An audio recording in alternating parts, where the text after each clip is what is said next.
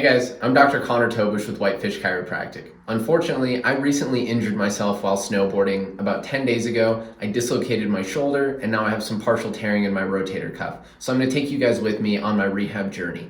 Today, I'm going to show you what my first phase of rehab looks like, which is mostly focusing on starting to explore relatively pain-free ranges of motion, and gradually starting to restore mobility in my shoulder in open and closed chain positions, as well as starting to really lightly load the muscles around the shoulder girdle and the rotator cuff to keep them active and basically start to retrain them to work together in a balanced and synchronized way to stabilize my shoulder in the ranges of motion that I do have access to at this point. So let's get started.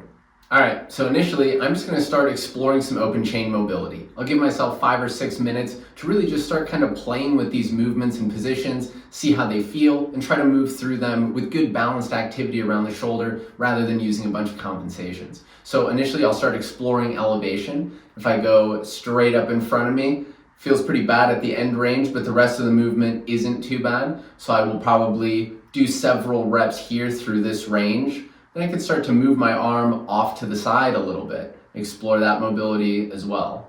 And that doesn't feel too bad, so I'll probably do several reps here. If I go straight off to the side in abduction, that is pretty uncomfortable, so I may just go chicken wing and spend some time kind of working through that range straight off to the side, try to loosen things up a little bit. Then after a couple reps, I may come back to the straight arm and see, has it loosened up a little bit? Does it feel a little bit better?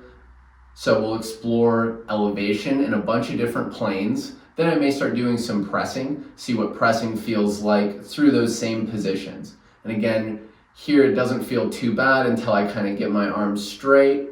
So I'll just kind of spend some time in those positions, try to loosen things up, see if as I continue to do them, do things clean up a little bit, maybe I get a little bit less pain. So we'll do some pressing through a bunch of different positions. Then I may start doing some counterclockwise and clockwise circles through those same ranges. So we'll start here, may do some small circles, trying to keep my shoulder blade really stable. May start making the circle a little bit bigger. Then we can do counterclockwise as well, starting small and then gradually starting to make the circle bigger. I can move off into some different positions. Right now at this point, if I were to try to do a big circle with my arm, that's pretty uncomfortable. So I'll probably do some of those again with that chicken wing position, just trying to make as big of a circle as I can with good control and avoiding a lot of pain. So we'll do some counterclockwise circles. We can come back and go clockwise the other way. That's quite a bit more uncomfortable. But again, just kind of working through these different positions and movements, trying to loosen things up and move well. Next, I'm going to start to really gently load some of the internal rotators of my shoulder. So I'm going to use this little resistance band. This is going to look a lot like traditional physical therapy for the shoulder. So we'll start to just kind of use these muscles through a range of motion, letting the band take me away, rotating back towards myself. I'll probably do several reps of this, just kind of getting a feel for it, trying to keep my shoulder girdle stabilized well. Then I'll start to add in some different positional holds. So we'll rotate away, then as we come back towards midline, we'll hold here for 5 to 8 seconds. Do several reps of these as well. Again, hold for 5 to 8 seconds. Do a bunch of reps of these.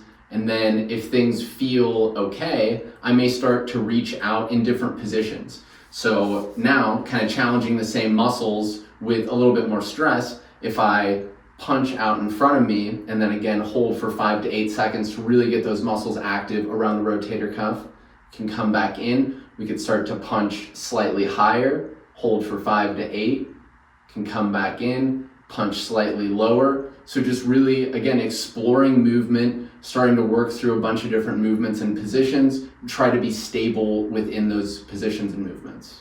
Next, we'll do the same thing with the external rotators. So again, we'll start with just kind of moving with some resistance through a range of motion. So we can let the band pull me all the way in. I'll rotate all the way back against it. So I'll work through this for several reps, just kind of getting a feel for the movement. Then we can start to add in some positional holds. So we can rotate out, hold for 5 to 8 seconds, really contract those muscles around the shoulder. We can work through these for several reps. And then again, we may start to add some resistance or add a little bit of challenge by starting to reach. So now we can keep the shoulder good and stable, punch straight out, hold for 5 to 8, come back in, we may punch lower, we may start to punch higher, just exploring different positions and movements, trying to keep all the muscles around the shoulder active and stable. After the rotational exercises, we can start to do the same thing with some of the muscles on the front and the back side of the shoulder. So to hit the back side or kind of the posterior cuff, we can do the same thing, just starting to basically work through a range of motion, keep the shoulder stable as we work through this movement. We can start to move in slightly different positions, more off to the side and elevated. At this point, those are pretty painful, so I'm going to kind of avoid that. We can start to add in some of those positional holds as well. So we can pull back, hold tight for 5 to 8 seconds, return, go more off to the side. Same thing, squeeze, stabilize, hold for 5 to 8 seconds. Then we can flip around and do the same thing with the muscles in the front of the shoulder, hit some of the bicep tendon, a little bit of the pecs on the front by basically letting the arm come back. Then we'll do the same thing, we'll pull against it. We can work through these ranges of motion. We can start to add in some positional holds here as well, but I just give myself a couple minutes to kind of start to feel these movements and positions, activate all the muscles that I'm trying to hit. After the resistance band exercises, I'll start to load the shoulder in some closed chain positions. So initially, I'll spend some time in a quadruped position, just starting to explore some movement and load the shoulder in a closed chain position. So I may spend some time here and then start exploring some different movement. Maybe I rock back a little bit, hold here for a little bit, try to keep the shoulder stable and active. I may rock forward, go out over the hands. So again, just starting to play with different positions and movements and try to activate and stabilize the shoulder through them. Then if I want to make things a little bit harder, I might start doing, parts of a bird dog exercise to increase the load on the shoulder. So I'll be in the same position, then I may kick one leg back, hold for several seconds, switch to the other leg. So I'll do several reps of these to just increase the load on the shoulder and add some dynamic movement. Then after that, if I want to add a little bit more load, I might start elevating my knees or going up into a bear position and holding there. So I could be here, elevate, hold for 8 to 10 seconds. Then I might transition, rock back a little bit, go into more of a hands over head type of position. So just spending time in different positions, starting to load this in a closed chain position.